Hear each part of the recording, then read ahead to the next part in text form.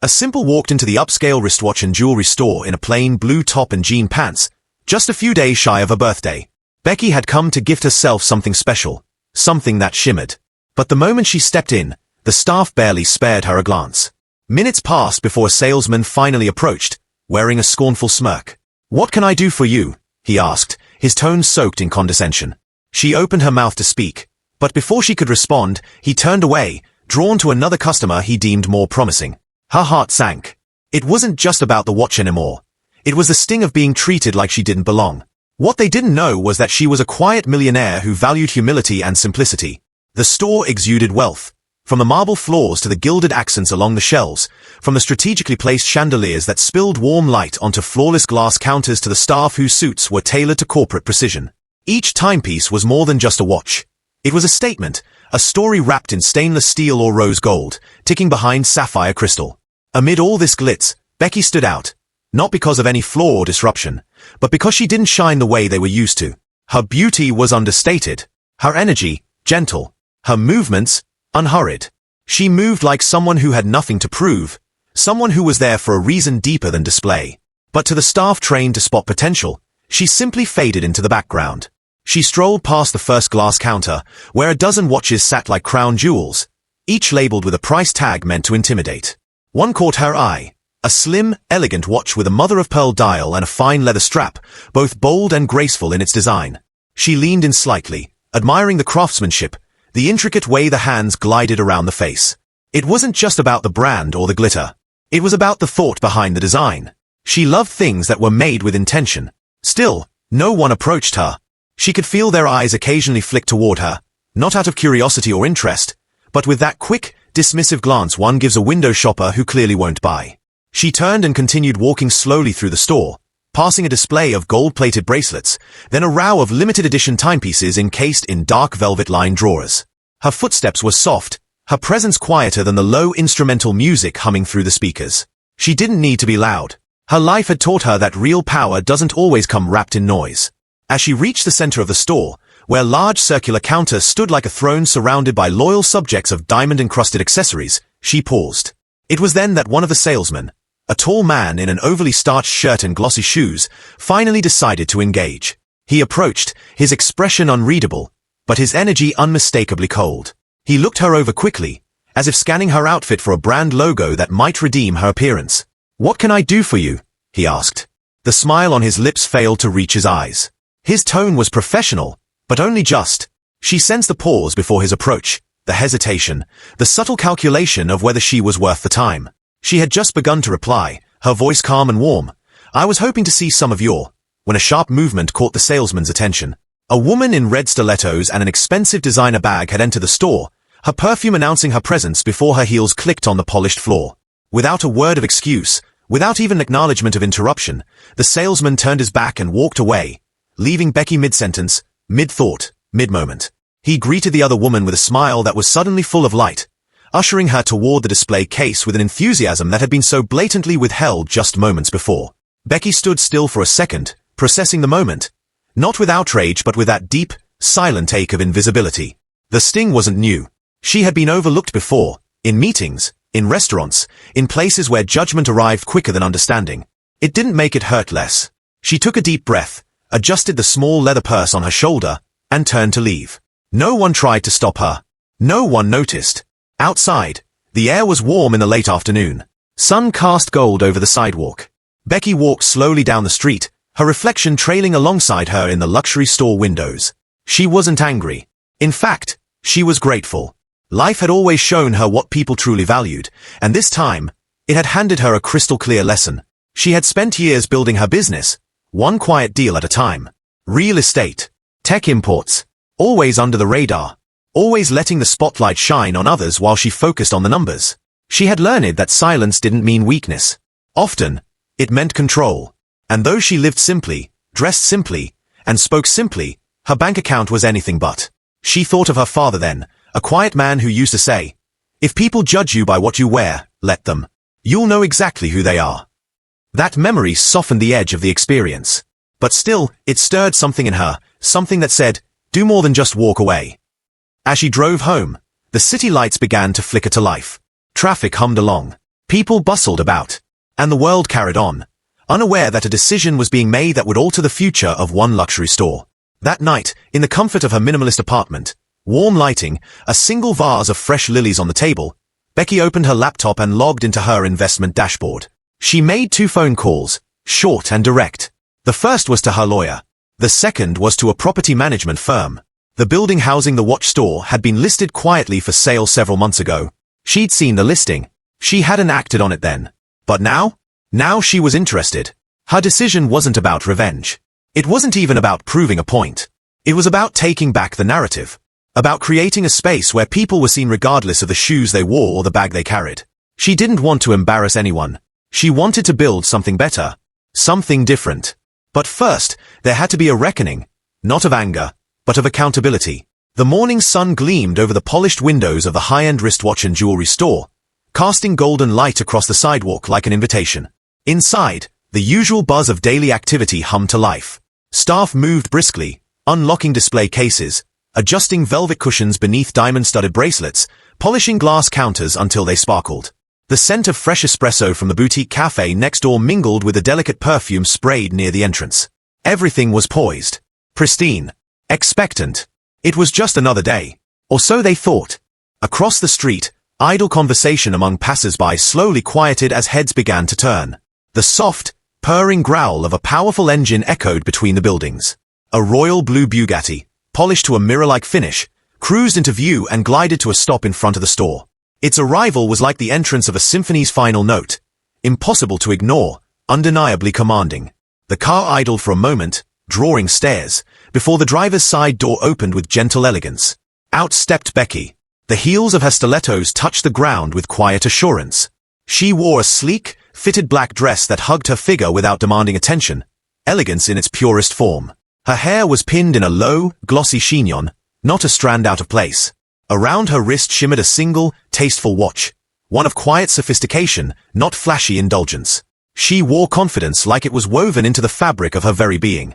Her walk was poised, deliberate, and unhurried, not because she needed time to think, but because she owned the space now, literally and figuratively. From inside the store, a few of the salespeople noticed her first, nudging each other with raised brows and curious expressions. The woman looked familiar, but in a store that served celebrities and socialites, familiar faces were common. Yet something about her, the calm in her stride, the absence of any need to impress, something felt different. The manager, Mr. Clark, was already halfway to the front entrance when the suited man emerged from the passenger side of the Bugatti, holding a black leather folder against his chest like a sacred text. He followed Becky in silence, stepping in line just behind her. As Becky crossed the threshold into the store, everything seemed to slow. Conversations paused. The background music, elegant and ambient, played on, but no one truly heard it. The same floor she had walked days before, unnoticed, unwelcomed, now seemed to lay itself out before her like a carpet. The same staff who had barely lifted their eyes last time now stared, transfixed, trying to piece together what they were witnessing. Mr. Clark straightened his tie and smoothed the front of his jacket, confusion tightening around his eyes. He stepped forward with a forced smile. The kind use when your instincts tell you you're about to lose control, but you're hoping you're wrong. "Good morning," he said, voice uncertain, eyes scanning her face for clues. "Welcome to." Becky raised a hand gently, silencing him. Not out of rudeness, but with the natural authority of someone who no longer needed introductions. The man behind her stepped forward, opened the leather folder, and handed Mr. Clark a set of crisp documents. At first, the manager accepted them casually, but as his eyes skimmed the top lines, the color began to drain from his face. It was all there. Signed, sealed, official, ownership transfer complete. The boutique had a new proprietor, and she was standing right in front of him. "I'm your new boss," Becky said, her voice soft but unwavering, like velvet wrapped around steel. Gasps fluttered through the store like a gust of wind. Two sales associates glanced at each other, mouths parted. One of the junior staff turned a shade paler, recalling too vividly the day she had been ignored, unhelped, invisible. A thin thread of whispers started winding its way through the room. The woman in the jeans, the one we thought was. The realization settled over them like a fog. The same woman they had dismissed had now returned, not with a complaint, not with anger, but with a very deed to the ground beneath their feet. And Becky? She stepped farther into the store, her eyes moving slow. There were no words that could dress up what had happened, Nothing that would excuse it. Becky didn't let him struggle long. She turned to the man beside her, gave a small nod, and he began handing sealed letters to the staff, termination notices. One by one, they accepted the envelopes, eyes wide, breath caught. For some, it was disbelief. For others, a slow-burning understanding of consequences long overdue. Still, Becky didn't gloat. There was no triumph in her eyes, no satisfaction in watching the fallout. This wasn't revenge. This was restoration. This was truth reclaiming its place. She turned toward the far end of the store, where new display had just been installed. Soft lights illuminated a small pedestal, with a single elegant timepiece atop it. She approached, looking down at the watch, not for its diamonds or its brand, but for the artistry, the silent rhythm it kept, ticking away, no matter who noticed. Behind her, the manager tried once more. "We're sorry," he said softly, his pride barely stitched together. "We didn't mean." She faced him again, calm as the dawn. "You didn't mean it. That's the point." And with that, she gestured toward the entrance, signaling the end. Mr. Clark hesitated for a moment, then walked out without another word, the door clicking closed behind him. Becky looked around the store, breathing in the silence left behind. A few customers who had wandered in during the scene watched from a respectful distance, unsure whether they had witnessed drama or destiny. She smiled at one of them, a young woman in sneakers and a hoodie, who gave her a small, knowing nod. Within minutes, Becky began directing the suited man to make calls. A hiring agency, a design consultant, a small local PR firm known for their ethical branding campaigns. The store would be closed for a week. Rebranded. Reopened under new management. Yes, but more importantly, under new values. She walked slowly through each section, imagining how it could feel warmer, more human, more inclusive. The luxury would remain, but the arrogance would not. She wanted her store to whisper welcome into every corner. To see people not for what they wore, but for who they were. Because real elegance wasn't about gold or glitter. It was about grace. And now, she had the power to build that vision from the ground up. She returned to the center of the store, where the glass circle display stood like a crown jewel. She placed a hand on the cool surface, letting her reflections stare back at her. The woman who had once been invisible was no longer looking for validation. She didn't need to prove her worth. She was the worth. Outside, the sun had risen higher, casting stronger light into the boutique, illuminating every surface with quiet fire. Pedestrians passed by, a few peeking in curiously, drawn by the parked Bugatti and the strange electricity in the air. Becky glanced at her watch. The time was right. Everything finally was right. The morning light filtered gently through the tall windows of the store's newly transformed office space. The once sterile white walls had been repainted in soft earth tones, calming and elegant.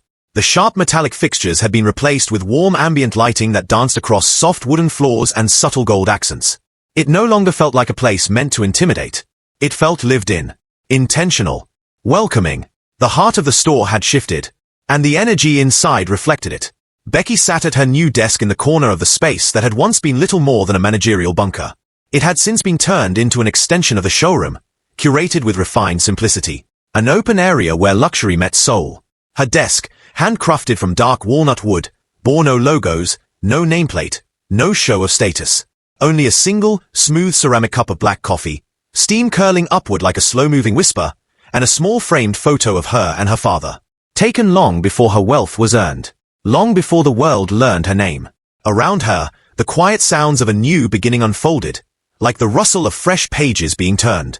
New staff moved with calm professionalism, diverse in appearance and energy, yet united by something deeper. They greeted each other with sincerity, helped one another with ease, and handled each item in the store with care, not just because it was expensive, but because it meant something. These were not people hired for their appearance or their pedigree or their proximity to privilege. They were chosen for their heart, their eyes that met others without judgment, their desire to serve, not perform. Becky watched them quietly, her fingers curled around the warmth of her coffee mug. She didn't speak much in these moments. She liked to observe the way someone adjusted a display case to catch the light just right, or how another gently corrected a misaligned price tag without being asked. These small actions spoke volumes. The store was becoming what she had always imagined it could be, not just a business, but an experience. A place where people came to celebrate their own milestones, and where no one was made to feel less than. She stood slowly, setting down her cup, and walked with graceful purpose across the room. Her heels made no harsh sound on the wood, only a soft, rhythmic click, like a clock counting moments, rather than minutes. As she approached the jewelry section, the staff instinctively parted, not in fear or forced respect, but with a quiet awareness of her presence and the pride they felt in working for her. She smiled at one of the new hires, a young man in his 20s, with sleeves of ink on his arms and a gentleness in his voice that clients had already begun to compliment. He returned her smile, nodding slightly before returning to his work with a vintage ring display. The jewelry section had been reimagined too. No longer cluttered with overwhelming glitz, it had been arranged more like a gallery. Each piece given space to breathe, to speak for itself. Necklaces with quiet stories, rings that looked like promises, bracelets with subtle rebellion in their design, and watches, dozens of them, each more than just a timekeeper, each a reflection of a person's pace, their presence, their pride.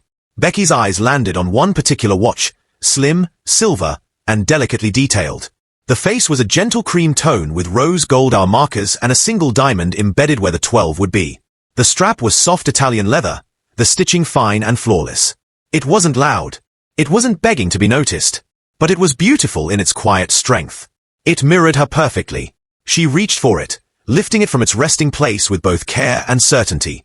Attached to it was a small handwritten tag, not from a designer, not from a brand, but placed there intentionally by one of the staff who had caught wind of what this purchase would mean. To me. From me. Happy birthday. Becky smiled, a soft, almost wistful curve of her lips. She turned the watch over in her hand, feeling the smooth leather against her skin. She didn't need anyone else to celebrate her today. She didn't need champagne, or crowd, or an extravagant gift from someone trying to impress her. This watch was a celebration of her journey, her strength, her quiet refusal to let the world define her by appearances.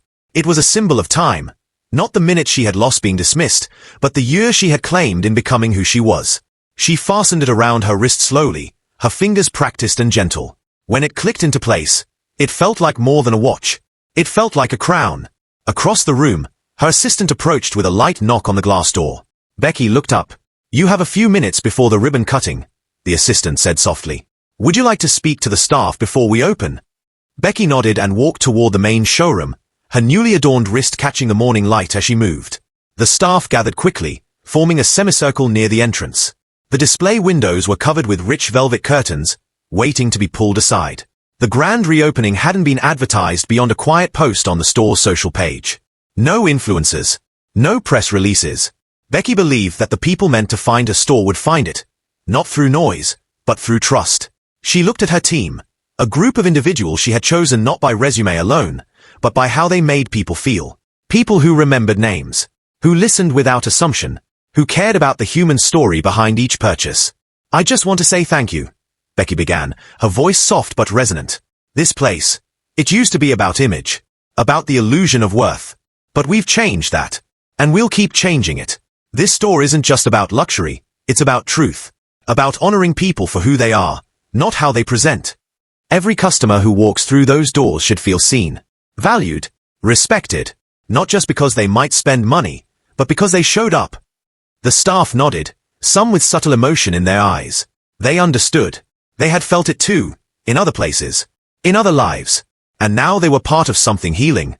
The assistant handed Becky a small pair of gold scissors, the kind meant for ceremonial moments. Polished and symbolic. She stepped toward the curtain, took one final breath, and with a graceful snip, revealed the storefront to the world again. The velvet fell away. Light flooded in. Passers-by paused. A couple nearby leaned into the window. And soon, the doors opened, slowly but surely, footsteps echoing into the space. Customers entered, some with curiosity, some with intention. But all were welcomed with warmth, not pretense. As the showroom filled with conversation and admiration, Becky stepped back into her office-turned-gallery space. She returned to her desk, now surrounded by quiet elegance, and picked up her coffee again, still warm. From the vantage point at the corner window, she could see nearly every part of the store. She watched as her team greeted guests with genuine smiles, explained the stories behind the pieces, offered water without being asked. She saw people linger, laugh, look, and more than that, feel. Her gaze drifted down to her watch once more. It ticked on, its rhythm steady. She thought of how time had once been something she chased, deadlines, dreams, the next level of success. But now, time was her companion, her witness. It had brought her full circle. A gentle knock interrupted her thoughts. It was the same young man with the tattooed sleeves. He held a tray with a single slice of cake on it, chocolate, with a single lit candle. "We thought you should still get a birthday wish," he said, a bit sheepishly. Becky blinked in surprise, then smiled, truly, deeply. She stood, took the plate, and looked at the small flame dancing just slightly in the air-conditioned breeze. She didn't close her eyes to wish. She didn't need to, because she already had everything she wanted. As she blew out the candle, the screen of her mind faded into a memory. "Are you